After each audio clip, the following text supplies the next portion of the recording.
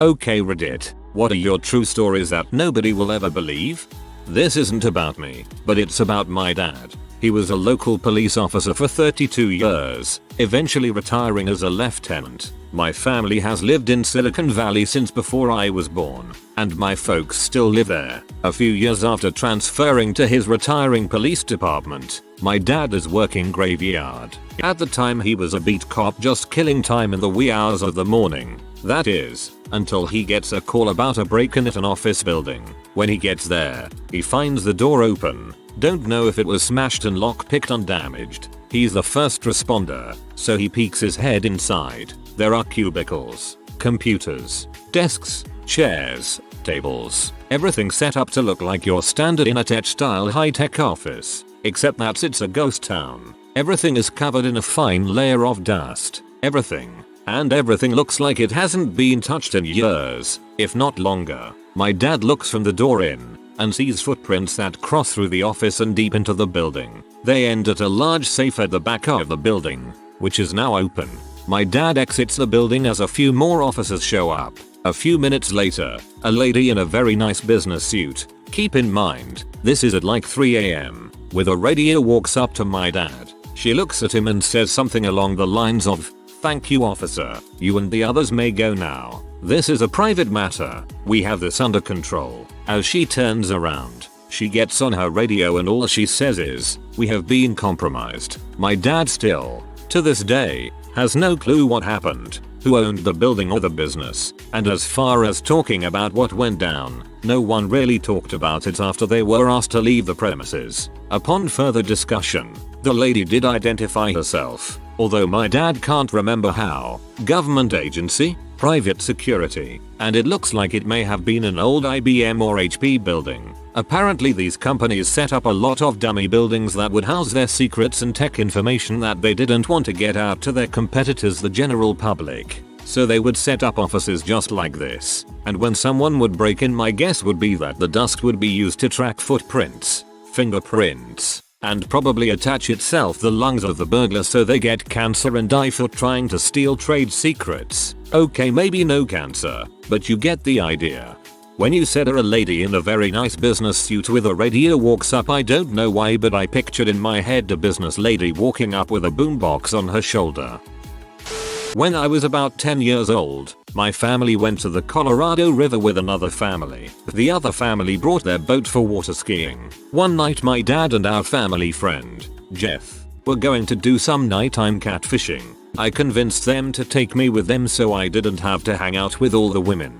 Since this was the mid-80s, my dad and Jeff were getting pretty tipsy while they fished. Around midnight one of the lines just starts reeling out. The reel is screaming when my dad picks it up and goes to set the hook. Once the hook is set, my dad starts fighting this fish. After about 30-45 minutes, the fish appears to be tiring. Jeff starts maneuvering the boat to help my dad land this fish. This where the story gets weird. Just as my dad gets the fish about 20 feet from the boat, the fish takes off again. It runs the line all the way down to the reel. My dad had anticipated catching large catfish and was using his deep sea gear. We then realize the fish is pulling the boat backwards. Not at a rapid pace, but still backwards. Jeff gives the boat a little more throttle and the fish fights more and we're in a stalemate tug of war. Finally we hear Jeff say that the boat is full throttle and fish starts pulling us backward again. After about 5 minutes of this, my dad cast the line and we limped the boat,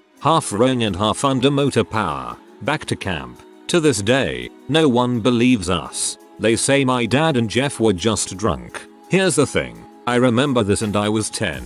I wasn't drunk. Scared the crap out of me though. To this day, I hate the idea of swimming in the Colorado River. We don't even know if what we hooked was a fish because it never got close enough. TLDR, went night fishing and was dragged by something strong enough to pull a boat backwards. This horrifies me. One day when I was about 5, I was walking around a yearly country fair in town with my mom. We'd been there most of the day and mom was exhausted. As she was dragging me toward the gate, I yell, "Mom, Mom, that's Willie Nelson. I want to see Willie Nelson." She said, "Oh, come on. It's just some skinny guy in a cowboy hat." We're leaving without looking. My grandmother came home. She'd been working the info desk at the fair and called my mom to say, "You'll never guess who came by the booth today, Willie Nelson. It seems he's doing a show around here and he loves fairs, so he decided to come see this one." I was vindicated. I have told this story far too many times and have always been met with the same skeptical look. When I was about 9 or 10, I just finished playing around in my basement. I decided playtime was over and walked upstairs to go ask my mom for some lunch and saw her taking a nap. My dad and older brother were home, so as I was about to go look for one of them, I noticed something strange. There was a small ball of light in the middle of the living room. I thought it was a reflection of something until I realized it was moving. I stood frozen still, as it was moving slowly in my mother's direction. It wasn't moving particularly fast, maybe an inch every few seconds. It probably took a couple minutes when it was 2 feet away from my mom when I heard a loud bang. Instantly the ball vanished, leaving a cloud of smoke, and my mom awoke. My dad rushed in from outside and my brother from upstairs and asked what I did. I told them what happened and they brushed it off as something a younger kid would make up, but they could not find anything that would make that kind of noise or why there was smoke in the room and grounded me instead. I know what I saw and still no one believes what happened that day. Ball lightning. One time, while mowing my lawn, I noticed an extremely odd phenomenon coming from Utah Lake, which I live about 15 or 20 miles from. There was an extremely thin sliver of what looked like water protruding from the surface of the lake and stretching all the way to the sky, like a waterspout. Utah rarely gets tornadoes, so I was completely blown away while staring at this magnificent string of water dance around the lake for a few minutes, until it dissipated. Still don't know exactly what it was, but my guess is that it was just some kind of really low power waterspout. I don't know of anyone else who saw it either. Also, in the 4th grade, a friend of mine opened a fortune cookie he got at lunch, and the fortune read, "Eat, drink, and be merry, for tomorrow you die." He started freaking the frick out. I read the fortune myself and couldn't believe my eyes, but I laughed at him regardless. I hope you know that your friend's fortune is actually a combination of 2 Bible verses, Ecclesiastes 8:15 and Isaiah 22:13. It's been a saying for a couple thousand years. Nothing to freak out about. This isn't as weird or interesting as most of the other stories here, but it was the weirdest thing I seen. Me and my twin brother, 17 at the time, were walking home from the school bus stop one day. At one point, he tells me to look up at the sky to the right of us. I look up, and there, floating silently, is a black object probably 100 meters upwards. It's just sitting there, emitting a thin wisp of grayish smoke. As far as I know, there isn't any aircraft that can stay still whilst emitting smoke and being completely silent, as there was absolutely no wind blowing at the time. We were both stunned when the clouds started to creep closer to the object. By the time we reached home, both staring at the object the whole way, the clouds had completely surrounded and hidden the object. It seems surreal at the time now. I want to believe I was in a car chase with someone trying to kill me and my friends. This whole interaction probably lasted no more than 4-6 minutes, but felt like forever. So here's the story. Me and some friends were driving around the suburbs around outhouses doing teenager shenanigans when we pull up to a stoplight at about 3 AM. As we are stopped at this stoplight, I hear my friends talking in the back seat. Friend 1, "Hey, throw an M&M at that guy's car." Friend 2, "No, he looks scary." I think nothing of it, and as I turn from the left lane I hear a little tink and this guy cuts through lanes and turns to start chasing us, and my friends tell me to floor it. So I'm going about 60-65 miles per hour down this main street at 3 AM with no other cars around. Stupid me figures this guy must be a reasonable person, so I try to get next to him to apologize. Big mistake. He is swearing and yelling and reaching for something in his glove compartment. And then it gets worse as he tried to ram my car. So I swerve out of the way and I'm driving in the opposite lane of traffic trying to lose this guy. And then I see it. There is a red light ahead where you can only make a sharp right or left. I figure I've already done enough stupid stuff today and didn't want to risk running a red light. I swerve onto a side street and start driving through streets and alleys barely bigger than my car. I had to maneuver this car through areas either would be impossible considering I was still going 40-45 miles per hour and he was still following us. After a fair bit of maneuvering we lose him and drive around to make sure we lost him. We finally get back to my house and just laugh our asses off that this guy tried to kill us over an M&M. TLDR was in a car chase where I could have died, but escaped unharmed. I played guitar with George Harrison in a guitar store on Maui a few days before his death in 2001. I was just another customer at the time and I didn't know who he was. He was buying a guitar for his kid, so we sat down and traded tunes for about 20 minutes. We were both playing mini strats. He ended up purchasing a yellow miniature Fender Strat and walked out. The woman working the cash register pointed to him and said, "Do you know who you were playing guitar with?" I said, "No, why?" She's like, "That's George Harrison of the Beatles." I was freaking mind blown. Now that is an awesome story. One summer night during my high school years, I was hanging out at a friend's house at around 3 AM. I believe I was around 16, and I didn't have my own car, but my mom would let me borrow hers quite often.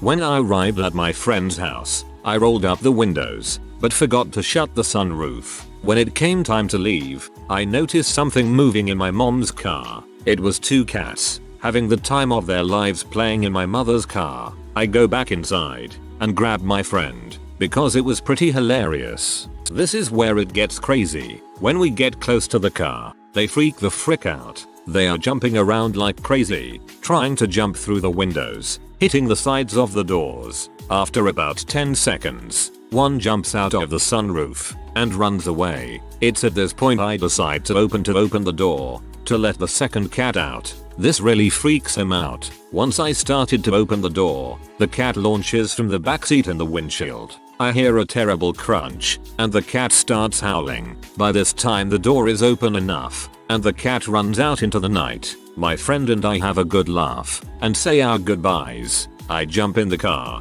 and notice the windshield is cracked from top to bottom. It wasn't funny after that. Being 3 AM, I decide the best course of action is to park my mom's car and let her find out in the morning. In the morning I wake up to screaming. Of course, I tell my mom a cat did it, and she says that's the stupidest thing I've ever heard, and leaves for work. When she gets to work she calls me and tells me she believes me now. Turns out there were scratches, cat hair, and cat blood all over the car. Those 3 pieces of evidence kept me out of some serious crap. TLDR. Cat broke a windshield with its face. As a young teenager I was riding my bike keeping up with normal car traffic, which for that road meant 35 mph or so. The bike dropped out from under me. It felt like cartoon where I had just run out over a cliff and keep moving forward for a bit until I realized there was no ground. I guess I hit a rock while turning a bit. It is the best explanation I could ever figure. Flying forward like Superman, I hit the ground with my palms first to adjust the landing to my side rather than my face. Then log rolled with the momentum. After a few rotations, my legs were slightly ahead of the rest of my body. I dig my heel into the asphalt and the remaining momentum levered me right back up to standing. Running actually, because if I did not I would have smacked back down face first. All of this occurred without thought. When I finally stopped, the car behind was only 6-7 feet away. My bike had skidded 10 feet further down the road. I picked it up and continued along my way. Only had some road rash and on my palms and a bruise where I made contact to show for it. To be going that fast on a bike would have taken a pretty good size downhill and you would have had way more damage upon wrecking.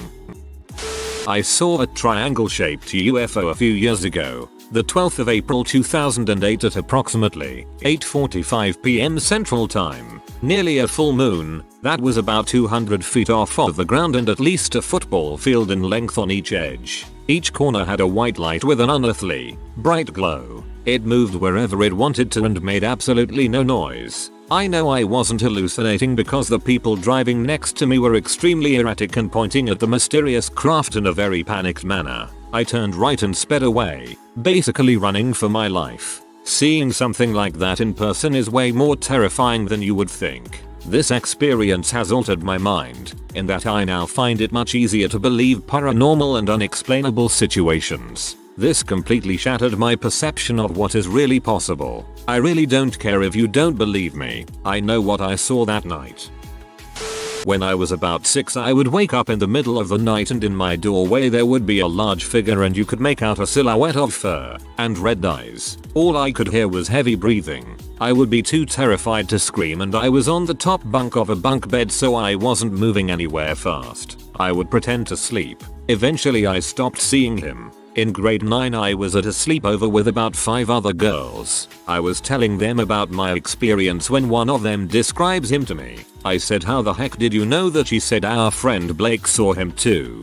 So the next school day I approached Blake in the hall and just started describing him. He had tears in his eyes and said, "How the heck do you know that?" He later told me the big hairy man used to sit on his bed and he talked to him but doesn't remember what was said. About 2 years later I had to go to summer school. I was talking to this chick in my class and found out the big hairy man would visit her too. He too would sit on her bed. After high school I was at a party where I was spending the night. My friend Pete and I were sharing a bed just shooting the crap and I brought up the big hairy man. He said, "If you could see my face right now, I have tears in my eyes. I used to dream he would come through my window and stand over me." We have no connection with each other before high school. Even after all the other sightings my mother still thinks I am crazy.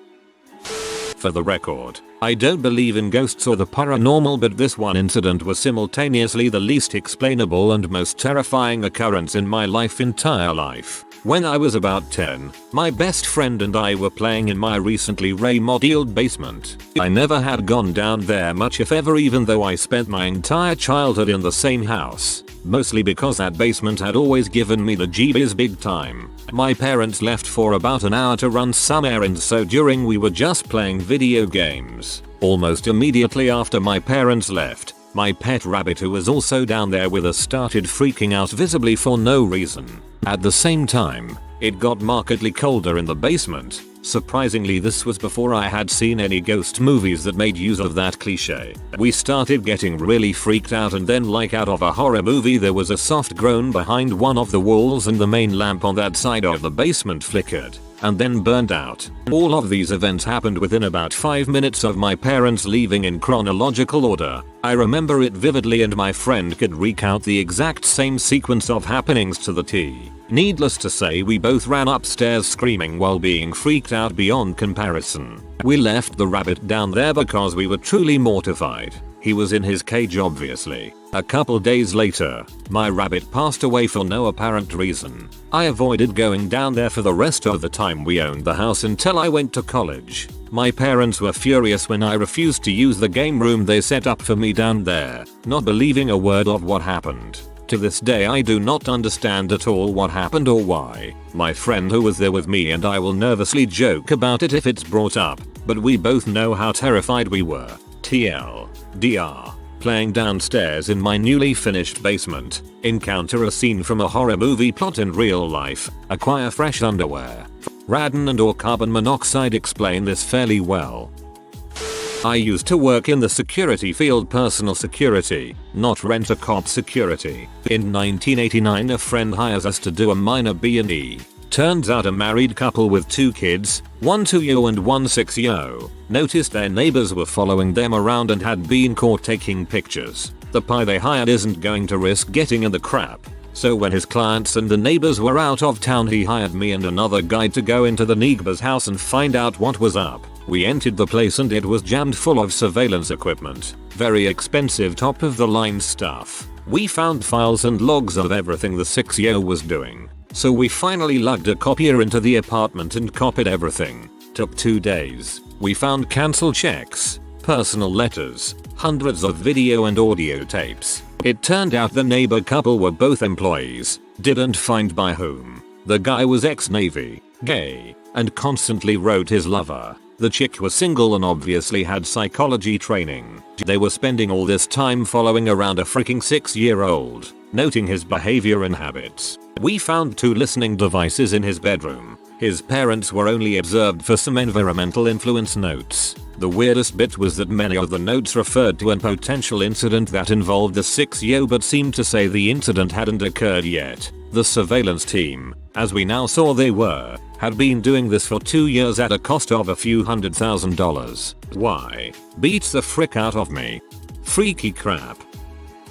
During a weekend my cousin spent the night over my grandma's place. I was living there with my family for a while. It was Saturday morning and the day before was when me and my cousin bought our own GamerCube game at GameStop. I got Animal Crossing and he bought Mario Tennis. We played Mario Tennis a lot on Friday night, so I woke up early, around 7 AM, to play my Animal Crossing. I was so excited and I was on it for like an hour and a half. I started seeing this black paw-like looking thing at the side of the window come up a few times but go away really fast. I just assumed it was a crow. The room I was playing in was on the second floor. I was enjoying the game so much until there was this huge black figure on the side window just staying there. Peripheral vision. I turned my head and looked to the right to see a huge human figure hanging upside down at the window and I just booked it out of the room. Left the game unpaused and the door open. I ran downstairs to wake my cousin up and I told him to come upstairs to see an alien, but he was too tired from staying up too late the night before.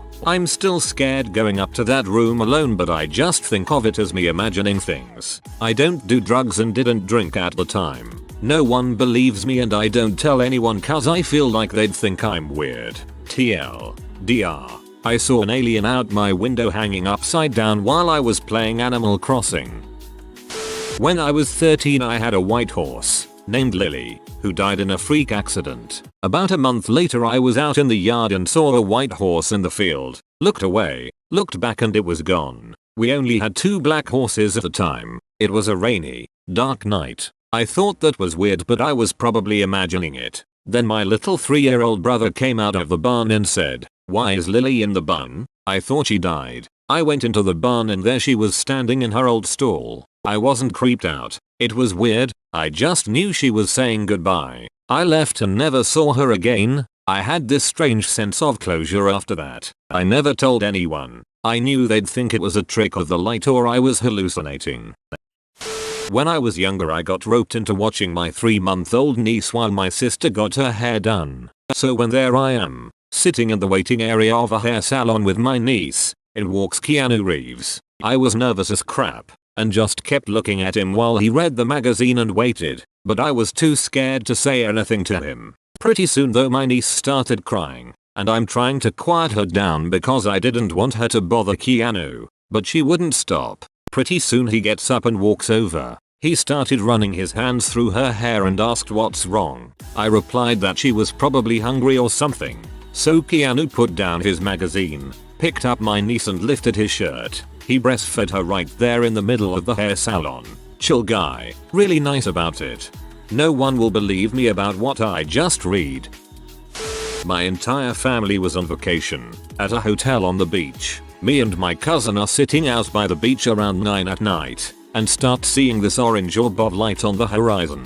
At first we think it's a cruise ship, because the port was not too far from our hotel. We're staring at these lights though for good 5 minutes, and realize it's more than we think. They're not moving at all, so they're not flares or lights from a boat, and they are about 15 degrees above the horizon. We watch them for a few more minutes, and one of them disappears. It doesn't just fade out, kind of phases out like you would see if you turn off a very old black and white TV. That's when my cousin grabbed his camera and started filming the second one. Filmed it for a few minutes, turned off his camera, and then the second one vanished after around 5 more minutes. All my family thought we were crazy for thinking it was a UFO and just thought we saw a boat. I still have the video but haven't done anything with it.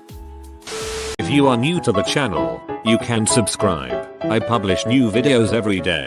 Until then, check another video.